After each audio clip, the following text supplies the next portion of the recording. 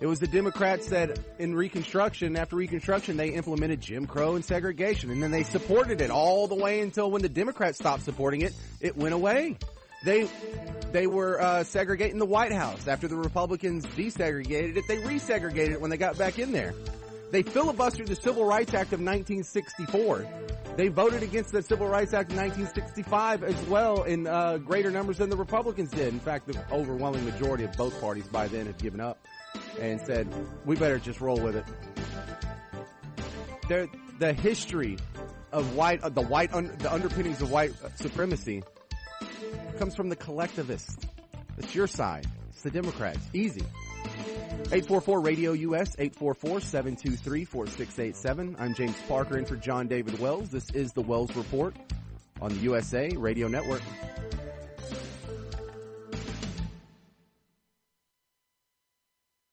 Hi, this is Wayne Allaruth, the capitalist evangelist. I'm here to introduce you to a special company with the potential to be one of the great all-American stories. Fortum Resources is a publicly traded, diversified natural resource company with oil, gas, and mining properties in North America and internationally. Fortum is led by Chairman Mark Bruner, the legendary oil man who built Ultra Petroleum from a 15-cent stock to $200 per share, creating $15 billion in shareholder profits. Mark has 30 years of experience in the oil and gas industry, overseeing contracts with Halliburton, ExxonMobil, and Hess. Fortum has over 350,000 acres of oil and gas resources, and more than half the acreage has been evaluated by world-renowned auditors Deloitte Touche. Fortum also owns the rights to the 180 square mile City of Gold mining property. Fortum is traded on 2 global exchanges, U.S. ticker symbol FTMR. Repeat, FTMR. This is a rare ground floor opportunity to capitalize on a proven energy industry legend. Please visit FortumResources.com. That's Fortum, F-O-R-T-E-M, resources.com.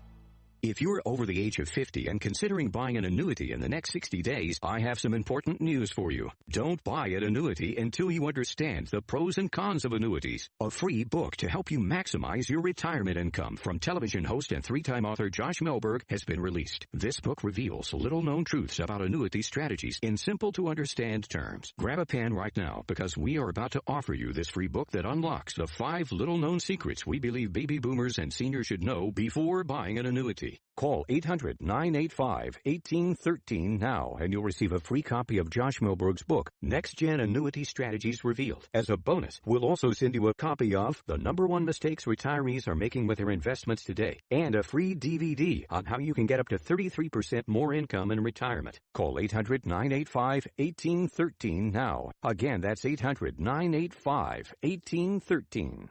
Employees of J.D. Melberg Financial have the appropriate licenses for the products they offer. Tired of overpaying for the little blue pill? What if you could get the exact same results for just a fraction of the price, guaranteed? Well, now you can with Sildenafil, the active ingredient in the blue pill. With 20 milligram generic Sildenafil tablets, you get the exact same results for less than $2 per pill. And again, the results are guaranteed. That's right, absolutely guaranteed results for a fraction of the cost of the little blue pill. So give your wallet a break and call us toll-free at 800-365-6017 to get your generic Sildenafil delivered discreetly to your door. And of course, while saving hundreds of dollars, you'll also be saving time by saying goodbye to those long, embarrassing pharmacy lines once and for all. Again, just call 800-365-6017 and get your generic Sildenafil with a 100% money-back guarantee. Getting your pills doesn't get any easier or cheaper than this, so call 800-365-6017 now.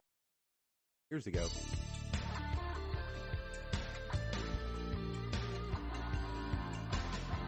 Welcome. This is the Wells Report with John David Wells on the USA Radio Network. I'm James Parker sitting in for John David Wells. I'm enjoying the conversation here on the Facebook Live feed. If you want to call in, Isaac or any of you guys, 844-RADIO-US, 844-723-4687. Yeah, when I do the little rant there that the Democrats are the party of white supremacy and the roots of white supremacy extend only through the Democrat Party, they'll bring up a couple guys. He brought up David Duke and Richard Spencer, who are some white supremacists, but they have more in policy with the Democrats now. They did figure out that if they put an R after their name, the media will actually pay attention to them. When they have a D after their name, they get buried because it's not good for business and it's not good for the narrative. And that's all right. Look at their policy positions. They both like universal health care. They both like gun control. They both like identifying people by their race, and, they just don't like that affirmative action goes against whites. It's the same sort of collective mentality. They're just pro-white instead of pro-black or anti-white, whatever you want to call it. But I just love the idea that the two parties have made a big switch there. When did they switch? Because he said that was 160 years ago that they supported slavery and whatnot. Well, sure, it was 160 years ago that they supported slavery, but it was a lot sooner than that they supported Jim Crow and segregation. And it was the last time we had a major civil rights bill, they filibustered it, 1964. That wasn't 160 years ago. That was what, 55 years ago? 55 years ago. My mom and dad were both still alive, and the Democrats were filibustering the Civil Rights Act in 1964. And it wasn't a couple of fringe guys on the outside looking in that were filibustering it either. It was Robert Byrd, who stayed in the Senate until Obama died, and Obama spoke at his eulogy. He wasn't just in the Klan. He was like up in the hierarchy, and he was a recruiter, and he started his own chapters, maybe more than one chapter. He was a segregationist as well when he was running for office, not just something he wrote down in a journal when he was 24 and then regretted it later. No, when he was old and running for office, he was still a segregationist. Great stuff. Who else filibustered the Civil Rights Act in 1964? You might remember, you might know this name, Al Gore. James, Al Gore wasn't in the Senate in 1964. No, but his dad was. Al Gore's Al Gore Jr. Al Gore Sr. filibustered the Civil Rights Act in 1964. Yeah, and so just a few things to keep in mind. When did this change happen? Did it happen since 1964? Because Al Gore Sr. was a Democrat, and Al Gore Jr., I think he's a Democrat. I don't know. Maybe you can call in and confirm. He may be a Democrat. I'm about 50-60% sure Al Gore Jr. is a Democrat. He was their nominee for president. And his daddy filibustered the Civil Rights Act in 1964. And after being a senator and being vice president for 8 years, and after running for president and going through the primary and going through the general election, I don't remember him being asked about it. You think that would come up if maybe George Bush's daddy had filibustered the Civil Rights Act in 1964 and someone would at least ask him about it? Isn't it weird that you have you ever seen Al Gore made to answer for that? No, you haven't. Isn't that a little weird? It's almost like they're hiding something. Yeah, I love this one too, Isaac. I almost forgot that one. Glad you brought up the Southern Strategy. So Lee Atwater, one guy in 1960s, wrote down, here's a new strategy. We'll dump the blacks and we'll go for the racist whites and then we'll win the South forever. Okay, so the Republican Party in 2019 has to be held accountable for what at least one guy in the Republican Party was writing in the 60s. Meanwhile, in the 60s, the Democrats are literally filibustering the Civil Rights Act in 1964. Are they held accountable for the policy positions held by other Democrats in the 60s? If you hold like an equal candle standard here, that doesn't work either. That Southern Strategy nonsense. And who has signed on to the Southern Strategy? Did Ronald Reagan campaign on the Southern Strategy? I don't recall that. What about George W. Bush?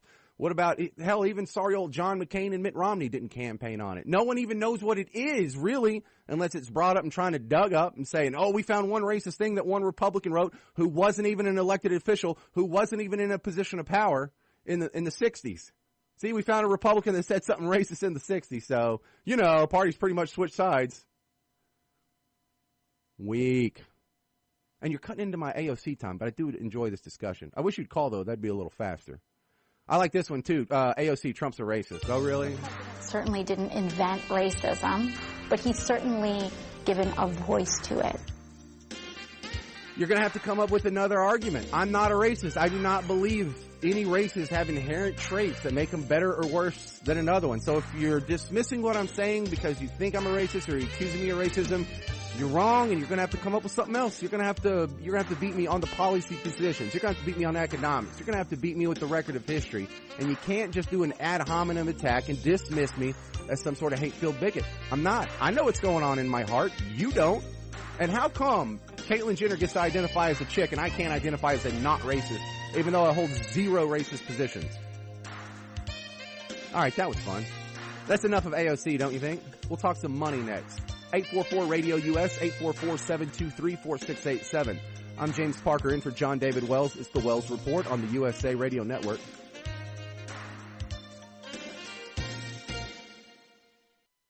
It's amazing but true. When it comes to one of America's biggest household expenditures, healthcare, A lot of people think they've got no choice. People are used to thinking we have to do it this way, but they don't. Yes, you have the freedom to choose an alternative with your health care. It's MediShare, and it costs way less than the alternatives. The typical family saves $500 a month, not a year, a month. And if you're single, this can save you a lot too. And let's face it, a big reason MediShare is 400,000 people strong. It just works. They've shared over $3 billion in medical bills, so they can help share your needs too. Joining MediShare for so many people is one of those things that makes you say, why didn't I do this before? So yes, the time has come for something better. Look into joining MediShare and see why so many people are opting out of the old way and into the new. Why not look into this? Just call 855-90-PSALM. That's 855-90-PSALM. 855-90-PSALM.